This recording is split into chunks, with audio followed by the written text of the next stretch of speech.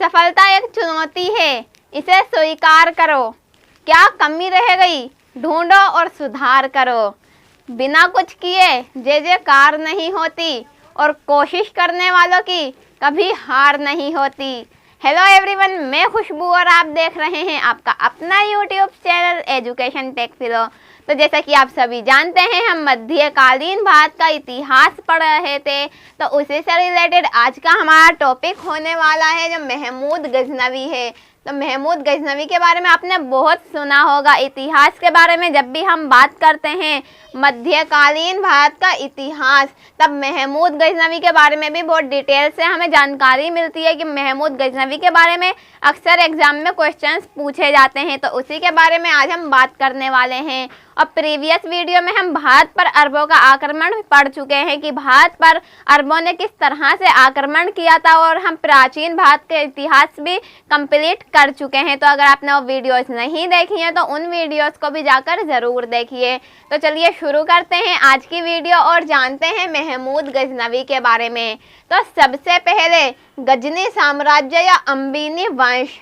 तो गजनी साम्राज्य या अम्बीनी वंश क्या था? तो यह दोनों अलग अलग नहीं हैं, बल्कि दोनों एक ही हैं। गजनी साम्राज्य या फिर अम्बीनी वंश, कहीं पर भी एग्जाम में कुछ भी नाम आता है देन आपको गजनी यानी कि महमूद गजनवी से जो रिलेटेड साम्राज्य है उसी के बारे में लिखना है। तो सबसे पहले गजनी वंश का संस्थापक के बारे में हम जान लेते हैं कि गजनी वंश की स्थापना किसने की थी। तो उसके संस्थापक थे अलप्तगीन। तो अलप्तगीन नाम था उनका, जिन्होंने गजनी साम्राज्य की स्थापना की थी। और उनकी राजधानी थी गजनी, और तब गजनी राजधानी होने के कारण ही इस साम्राज्य का नाम गजनी साम्राज्य पड़ा।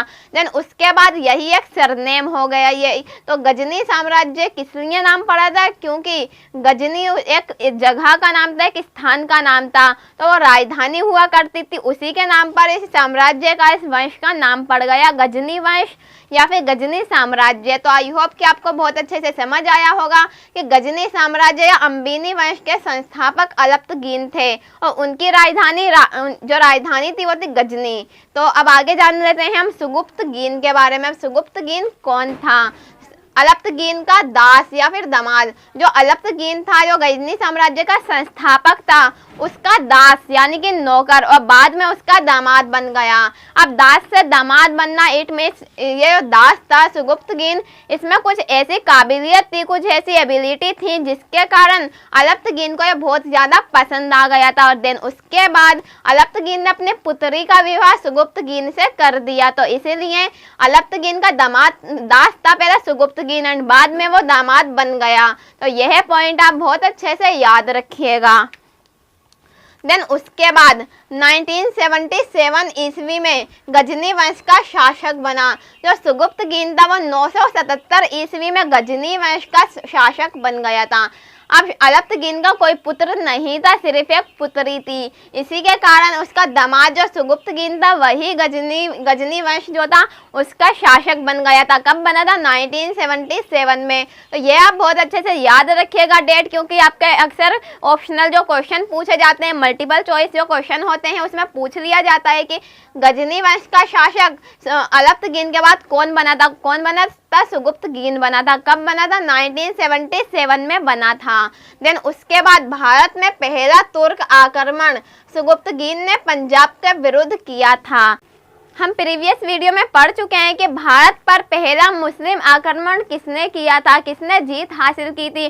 तो मोहम्मद बिन कासिम ने जीत हासिल की थी। इससे पहले भी दो और व्यक्ति थे जिन्होंने भारत पर आक्रमण किया था, बट उन्हें हार की प्राप्ति हुई थी। और ठीक उसी तरह से भारत पर पहला तुर्क आक्रमण सुगुप्तगीन ने किया था। तो इन दोनों में आपका डिफरेंस पता करना है कि प्रथम मुस्लिम आक्रमण जो किया था वो मोहम्मद बिन कासिम ने किया था, और पहला तुर्क आक्रमण जो किया था वो सुबुक्तगीन ने किया था। तो आप ये बहुत अच्छे से याद रखिएगा। और किसके विरुद्ध किया था? पंजाब के विरुद्ध किया था। उस वक्त पंजाब के राजा जयपाल थे। तो ये नाम आप बहुत अच्छे से याद रखिएगा। जब पहला तुर्क आक्रमण हुआ था तो सुबुक्तगीन ने जयपाल के साथ युद्ध लड़ा था। देन उसके बाद जयपाल की हार हुई थी और सुगुप्तगीन जीत गया था। और सुगुप्तगीन के पुत्र, अब हम एक बार सुगुप्तगीन के पुत्रों के बारे में जान लेते हैं। तो सुगुप्तगिन के 2 पुत्र थे, पहला था इस्माइल, देन उसके बाद महमूद गजनवी। तो जब सुगुप्तगिन की डेथ हो गई थी, सुगुप्तगिन की डेथ होने से पहले तो सुगुप्तगिन ने अपना साम्राज्य जो था वो इस्माइल के हाथों में सौंप दिया था कि मेरे मरने के बाद जो साम्राज्य है उसका वारिस कौन होगा, इस्माइल होगा। अब ऐसा क्यों किया उसने कि सारा साम्राज्य इस्माइल को दिया, महमूद गजनवी को नहीं दिया? वो इसलिए क्योंकि उस वक्त जो महमूद गजनवी था वो खुरासान का शासक था। तो जब खुरासान का शासक था, इसमें जो खुरासान था वो सारा साम्राज्य महमूद गजनवी के पास था, इस्माइल के पास में कुछ भी नहीं था। इसीलिए सुगुप्तगिन ने अपना साम्राज्य इस्माइल को देने के बारे में सोचा और दे भी दिया। बट क्या हुआ, जो महमूद गजनवी था उसने अपने भाई को, इस्माइल को बंदी बना लिया और बाद में उसको मृत्यु की सजा दे दी और उसको मार डाला। देन उसके बाद जो इस्माइल का सारा साम्राज्य था, इट मीन सुगुप्तगिन का जो भी सारा साम्राज्य था वो महमूद गजनवी के हाथों में आ गया और सारे साम्राज्य का मालिक कौन बन गया, महमूद गजनवी बन गया। तो आई होप कि यह कॉन्सेप्ट आपको बहुत अच्छे से समझ आया हो कि महमूद गजनवी के हाथों में किस तरह से सारा साम्राज्य आया था, पूरा गजनी साम्राज्य किस तरह से महमूद गजनवी के हाथ में आया। तो फिर एक बार और डिटेल से जान लेते हैं हम महमूद गजनवी के बारे में। तो महमूद गजनवी का जो शासनकाल है वो है 1998 से 130 तक। तो 998 ईस्वी से 1030 ईस्वी तक का शासनकाल माना जाता है महमूद गजनवी का। ये हम पहले भी पढ़ चुके हैं, एक बार और पढ़ लेते हैं कि पिता के समय जब सुगुप्तगिन जिंदा था उस वक्त खुरासान का शासक था, कौन था, महमूद गजनवी। तो ये हम पहले पढ़ चुके हैं, एक बार मैंने और बता दिया आपको और अच्छे से याद हो गया होगा। देन उसके बाद खलीफा अल कादिर ने उपाधि दी। हमने प्रीवियस वीडियो में पढ़ा था कि जब मोहम्मद बिन कासिम था तो उसने खलीफा से इजाज़त ली थी। कहाँ के खलीफा से, ईरान के खलीफा से इजाज़त ली थी। क्या इजाज़त, कि वो भारत पर यानी कि सिंध पर आक्रमण कर सकते हैं और खलीफा ने मोहम्मद बिन कासिम को इजाज़त दे दी थी। देन उसके बाद ही मोहम्मद बिन कासिम ने सिंध पर हमला बोला था, सिंध पर आक्रमण किया था। और ठीक उसी तरह से जो खलीफा था, कहाँ का खलीफा, जो गजनी साम्राज्य का जो खलीफा था उसने अल कादिर की उपाधि दी। किसको दी, महमूद गजनवी। तो जो मेन होता है वो होता है खलीफा। खलीफा मीन्स होता है बादशाह, जो सबसे ऊपर हो, उसके नीचे ही सारे लोग हों। तो खलीफा ने अल कादिर की उपाधि दी थी, किसको, महमूद गजनवी को। तो यह आप बहुत अच्छे से याद रखिएगा कि आपके एग्जाम में ये क्वेश्चन पूछा जाता है कि महमूद गजनवी को अल कादिर की उपाधि किसने दी थी, तो खलीफा ने दी थी अल कादिर की उपाधि। देन उसके बाद यामिन उद दौला और अमीन उल मिल्ला नाम की भी उपाधियां दी थी। तो यामिन उद दौला का मतलब क्या है, इसका मतलब है साम्राज्य का दाहिना हाथ, साम्राज्य का राइट हैंड। तो यामिन उद दौला, आप बहुत अच्छे से नाम याद रखिएगा और इसकी मीनिंग भी याद रखिएगा कि यामिन उद दौला की मीनिंग होती है साम्राज्य का दाहिना हाथ। देन उसके बाद अमीन उल मिल्लाहा, अमीन उल मिल्लाहा की मीनिंग होती है मुस्लिमों का संरक्षक, मीन्स जो मोमडन होते हैं उनका संरक्षक। इन दोनों की मीनिंग आप बहुत अच्छे से याद रखिएगा। देन उसके बाद सुल्तान की उपाधि, जो महमूद गजनवी था उसने अपने आप को, खुद को ही सुल्तान कहकर पुकारा था।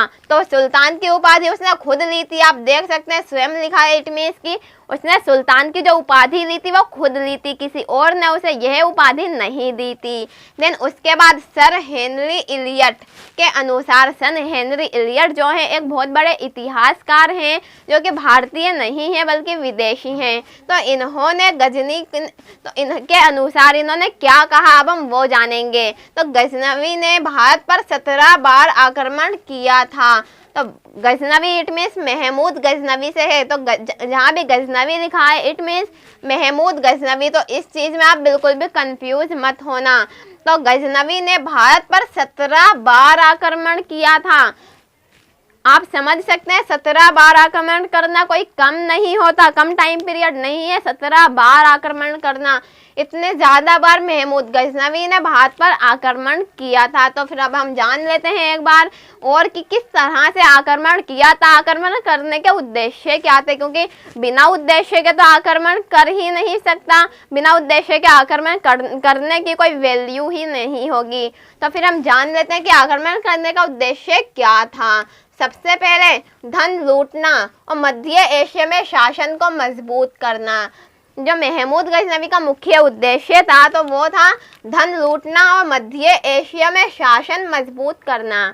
जब गजनवी ने भारत पर 17 बार आक्रमण किया तो उसने भारत को इतना ज़्यादा लूटा कि उसके पास इतनी ज़्यादा धन दौलत हो गई कि उसका क्या डिसएडवांटेज हुआ हम वो भी आगे पढ़ेंगे कि इतनी ज़्यादा दौलत का क्या डिसएडवांटेज हुआ। इतनी ज़्यादा दौलत की प्राप्ति ही महमूद गजनवी की मृत्यु का कारण बनी। अब किस तरह से बनी ये हम आगे पढ़ेंगे, तो वीडियो को बिल्कुल भी स्किप ना करें। और अगर आपने हमारा चैनल अभी तक सब्सक्राइब नहीं किया है तो सब्सक्राइब कर लीजिए, क्योंकि इसी तरह से आपको लेटेस्ट वीडियो की नोटिफिकेशन तभी तो मिलेगी जब आप सब्सक्राइब करेंगे। और लाइक तो आप करेंगे ही, ये तो मुझे पता है क्योंकि आपको वीडियो पसंद जो इतना आई है। तो फिर चलिए पढ़ लेते हैं आगे। साम्राज्य विस्तार मुख्य उद्देश्य नहीं था। जो महमूद गजनवी था उसका मुख्य उद्देश्य साम्राज्य विस्तार नहीं था कि अपने साम्राज्य को बढ़ाना, उसका मुख्य उद्देश्य सिर्फ यही था धन की प्राप्ति करना। वो धन का इतना ज़्यादा लोभी था कि वो धन ही चाहता था कि धन ही धन हो, भले ही उसके बाद साम्राज्य ना हो पर उसके बाद धन हो। तो अब हम आगे जान लेते हैं प्रमुख आक्रमण कि कौन कौन से मेन आक्रमण हैं जिनके बारे में एग्जाम में पूछ लिया जाता है। तो सब जो आक्रमण है वो जो मेन है वो है first, second, 6th, 12th, 13, 16 and 17 कि पहला, दूसरा, छठा, 12वां, 13वां, 16वां, 17वां ये सारे आक्रमण जो हैं बहुत ज़्यादा इम्पोर्टेंट हैं। बाकी के जो रह गए बीच में वो इतने ज़्यादा इम्पोर्टेंट नहीं हैं। तो हम यहाँ पर सिर्फ इम्पोर्टेंट आक्रमण के बारे में ही बात करेंगे। तो जो आक्रमण हुए हैं वो 1000 ईस्वी से 1027 ईस्वी के बीच में हुए हैं। मीन 27 सालों में 17 बार आक्रमण। आप अंदाज़ा लगा सकते हैं कि उसने कितनी जल्दी आक्रमण किए होंगे भारत पे। तो सबसे पहला आक्रमण हुआ था 1000 ईस्वी में पंजाब के हिंदुस्तानी शासक जयपाल से। हम यहाँ पढ़ चुके हैं कि जो भारत का पहला तुर्क आक्रमण था वह सुबुक्तगीन ने किया था। किसके विरुद्ध? पंजाब के विरुद्ध किया था। उस वक्त पंजाब के शासक जयपाल थे। तो क्या हुआ था, ये सुबुक्तगीन जो था वो जीत गया था, बट क्या हुआ, जीतने के बाद भी उसे ज़्यादा कुछ प्राप्त नहीं हुआ था, देन उसे वापस जाना पड़ा था। उसके बाद सुबुक्तगीन का बेटा महमूद गजनवी ने फिर से भारत पर आक्रमण करने की सोची और उसने भी पंजाब के हिंदुस्तानी शासक जयपाल से ही आक्रमण किया। और इस बार भी क्या हुआ, जयपाल जो था जीत गया, जयपाल जीत गया और महमूद गजनवी हार गया। तो महमूद गजनवी जब हार गया तो उसने दोबारा से आक्रमण करने की सोची। कब किया आक्रमण? 1005 ईस्वी में।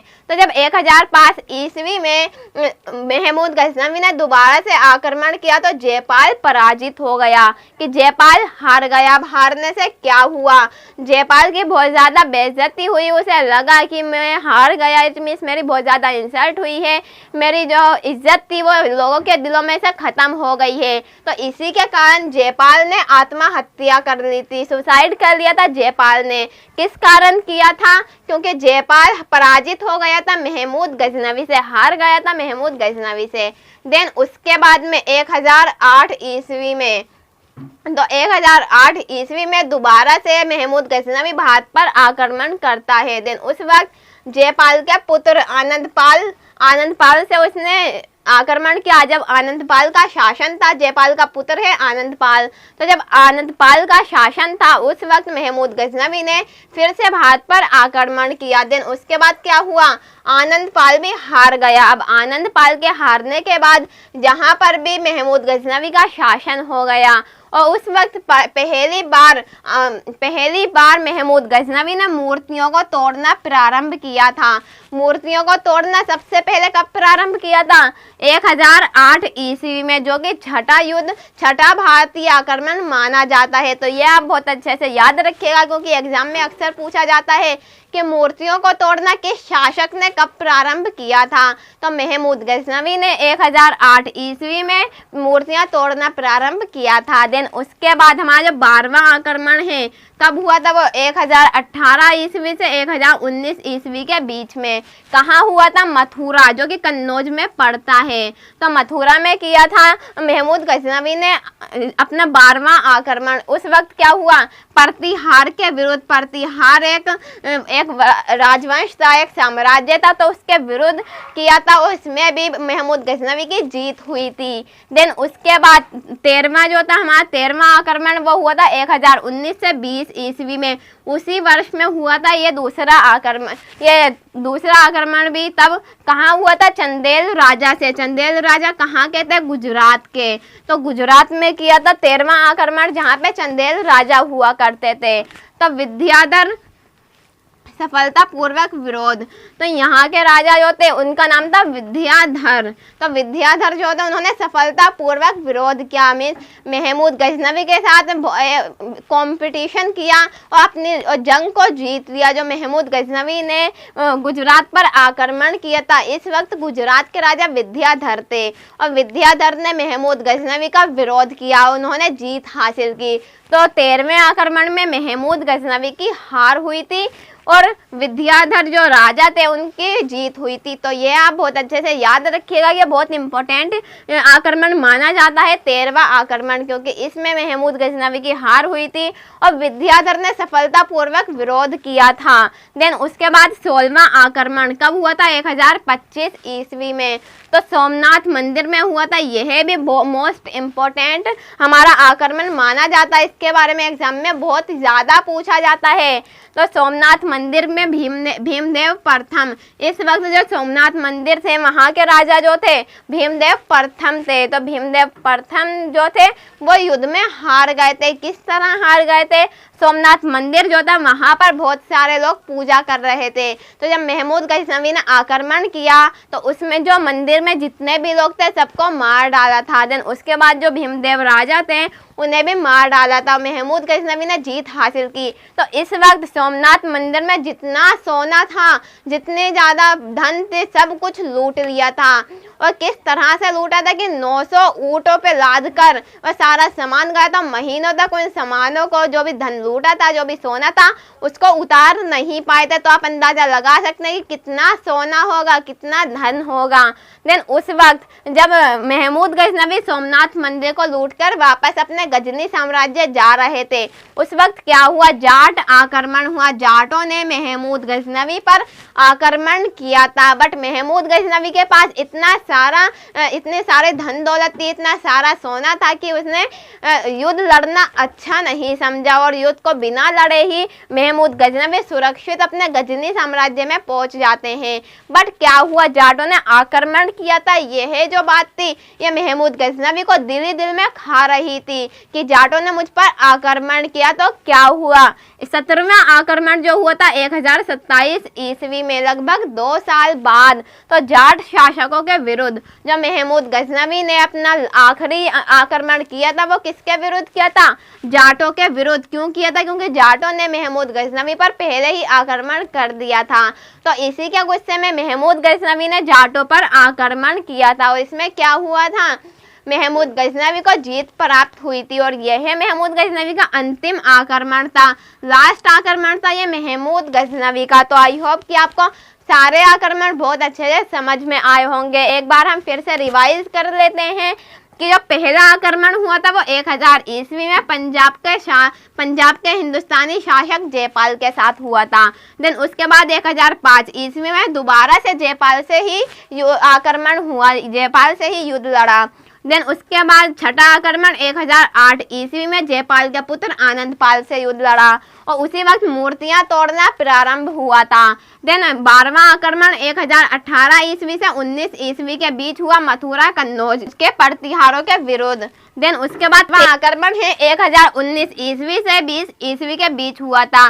गुजरात के राजा विद्याधर के साथ इस वक्त महमूद गजनवी को हार की प्राप्ति हुई थी और राजा विद्याधर जो थे ये जीत गए थे। देन उसके बाद 16वां आक्रमण 1025 ईस्वी में हुआ था सोमनाथ मंदिर में। तो सोमनाथ मंदिर को महमूद गजनवी ने लूट लिया था, जितना भी सोना था, जितनी धन दौलत थी, सब कुछ लूट लिया था और जो भी लोग मंदिर में थे उन सब की हत्या कर दी थी। देन उसके बाद 17वां आक्रमण जाट शासकों के विरुद्ध हुआ था, ये अंतिम आक्रमण था। तो आई होप कि आपको सारे आक्रमण बहुत अच्छे से समझ आ गए होंगे। अब हम आगे जान लेते हैं मृत्यु की। महमूद गजनवी की मृत्यु किस प्रकार हुई। 17 आक्रमण करने के बाद भी महमूद गजनवी का बाल विवाह का नहीं हुआ और वह सुरक्षित अपने गजनी साम्राज्य में पहुंच गया। फिर किस तरह से महमूद गजनवी की मृत्यु हुई। तो 1030 ईस्वी में अंतिम आक्रमण 1027 ईस्वी में हुआ था और लगभग 3 साल बाद 1030 ईस्वी में महमूद गजनवी की मृत्यु हो गई थी। खुद ही मृत्यु हुई थी, किसी ने उसे मारा नहीं था। बट मृत्यु हुई किस तरह से, यह बहुत इंटरेस्टिंग बात है। तो अधिक धन और सोने के कारण जब महमूद गजनवी ने भारत को इतना ज़्यादा लूटा, उसके पास इतना ज़्यादा सोना हो गया था, इतना सारा धन हो गया था कि वो दिन रात उसी सोने को, उसी पैसों को देखता रहता था और सोने को, पैसे को देखते रहने के कारण उसकी नींद बिल्कुल गायब हो गई थी और जब उसे बिल्कुल नींद ही नहीं आई तो उसकी सेहत दिन पर दिन खराब होती चली गई। अब सेहत खराब होते होते एक दिन ऐसा आया कि महमूद गजनवी की मृत्यु हो गई। तो उसके ज़्यादा धन दौलत होने के कारण ही महमूद गजनवी की मृत्यु हुई थी। आप यह बात बहुत अच्छे से याद रखिएगा। देन उसके बाद अन्य बिंदु, कुछ और इम्पोर्टेंट बातें हैं, हम वो भी जान लेते हैं कि क्या वो इम्पोर्टेंट बातें हैं जो अक्सर एग्जाम में पूछी जाती हैं।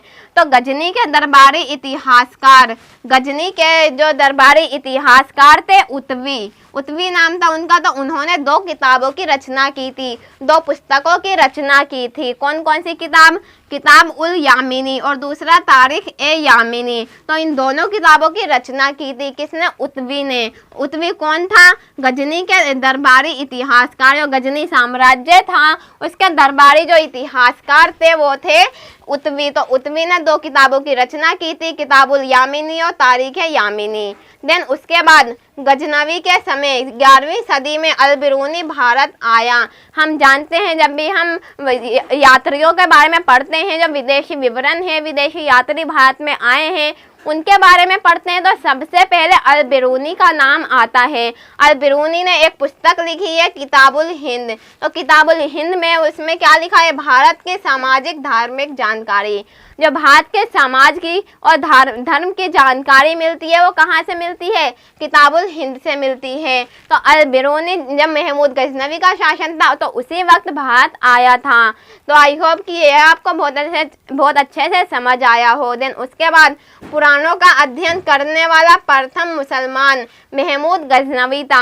हमने प्रीवियस वीडियो में पढ़ा था कि पंचतंत्र का अनुवाद करवाया था, किसने करवाया था, मोहम्मद बिन कासिम ने। तो उसी तरह से जो पुराणों का अध्ययन करने वाला प्रथम मुसलमान था, कौन था, वो महमूद गजनवी था। तो यह बात भी आप बहुत अच्छे से याद रखिएगा।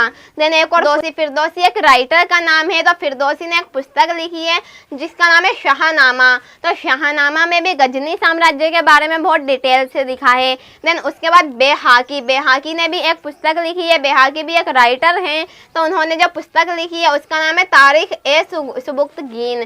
तो जो सुबुक्तगीन था महमूद गजनवी का जो पिता था सुबुक्तगीन, तो उसके बारे में जो डिटेल मिलती है हमें कहाँ से मिलती है, बेहाकी की लिखी गई पुस्तक से हमें उसके बारे में डिटेल मिलती है। देन उसके बाद अरबी में लिखे तहकीक हिंद, जो अरबी में लिखी हुई पुस्तक है तहकीक है हिंद, तो उसको किसने अंग्रेजी में अनुवाद किया है, किसने किया है, सचाऊ ने किया है। ने हिंदी में अनुवाद किसने किया, रजनीकांत शर्मा ने किया है। तो आप ये बहुत अच्छे से याद रखिए कि तहकीक-ए-हिंद जो कि अरबी भाषा में लिखी हुई है, उसका हिंदी और इंग्लिश दोनों में अनुवाद किया गया था। तो अंग्रेजी में, इंग्लिश में जो उसका अनुवाद किया है वो किया है सचाऊ ने, और हिंदी में जो अनुवाद किया है वो क्या, रजनीकांत शर्मा ने। तो हमारा जो गजनी साम्राज्य है बिल्कुल कंप्लीट हो गया है। आई होप कि आपको बहुत अच्छे से समझ आया हो और आपको कोई भी कंफ्यूजन ना रही हो। और अभी भी अगर आपकी कोई कंफ्यूजन रहती है इस टॉपिक से रिलेटेड तो आप मुझसे कमेंट बॉक्स में कमेंट करके आप पूछ सकते हैं। सो आई होप कि आज की वीडियो आपको बहुत अच्छी लगी हो। So thank you for watching education tech फिलो।